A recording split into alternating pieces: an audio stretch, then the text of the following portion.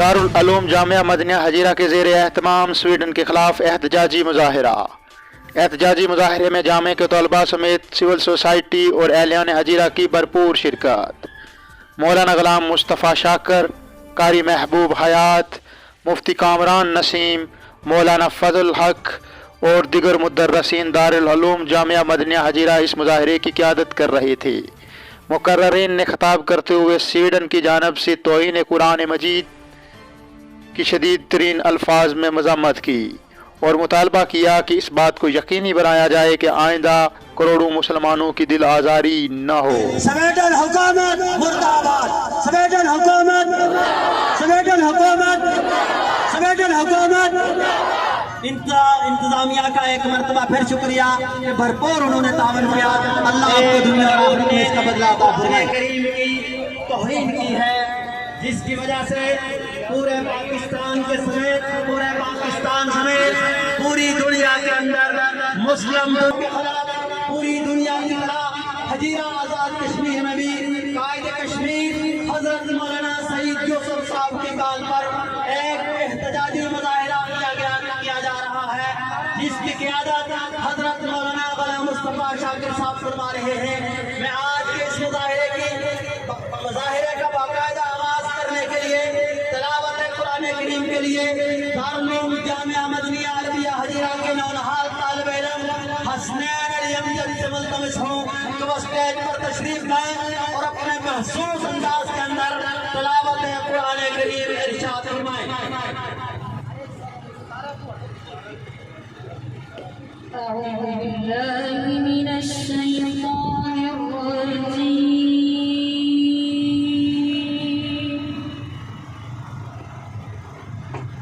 بسم الله الرحمن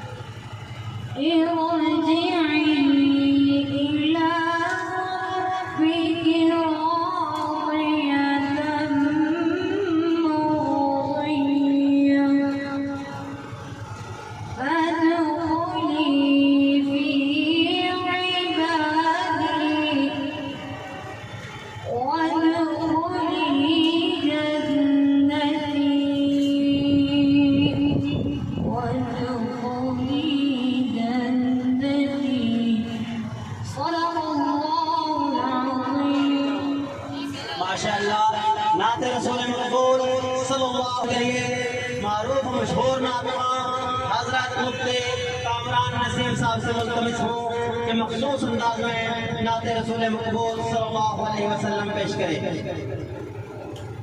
بسم اللہ الرحمن الرحیم۔ چونکہ یہ عظمت قرآن اور شان قرآن کے حوالے سے احتجاجی مظاہرہ ہے، سویڈن حکومت نے سرکاری سطح پر جو قرآن حکیم کی توہین کی، ہم اس کی پرزور مذمت کرتے ہیں اور اقوام متحدہ جو ساری دنیا میں امن کی ایک لومڑی بنی ہوئی ہے اس سے گزارش کرتے ہیں کہ اس حوالے سے ساری دنیا میں جو مسلمانوں کے جذبات مجروح ہوئے ہیں سویڈن حکومت پر پابندی لگائی جائے، اور تمام امت مسلمہ سے پرزور اپیل کرتے ہیں کہ جب تک سویڈن حکومت اس فعل پر معافی نہیں مانگتی اس وقت تک ان کے سفارتی تعلقات منقطع ہونے چاہیے۔ چاہتے ہو جو امن و امان کی فضا، امن کا سائبان رب قرآن ہے۔ چاہتے ہو جو امن و امان کی فضا، امن کا سائبان رب قرآن ہے۔ اپنے سینے سے اس کو لگا لو ذرا، ہر مرض کی دوا رب کا قرآن ہے۔ اپنے سینے سے اس کو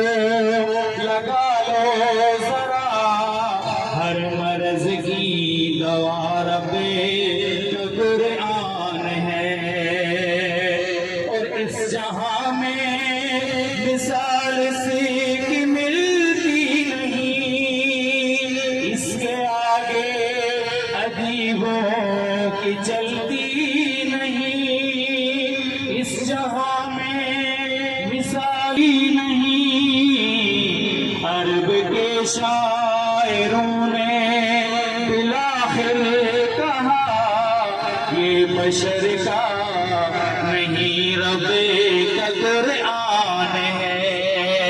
عرب کے شاعروں نے نہیں رب کا قرآن ہے.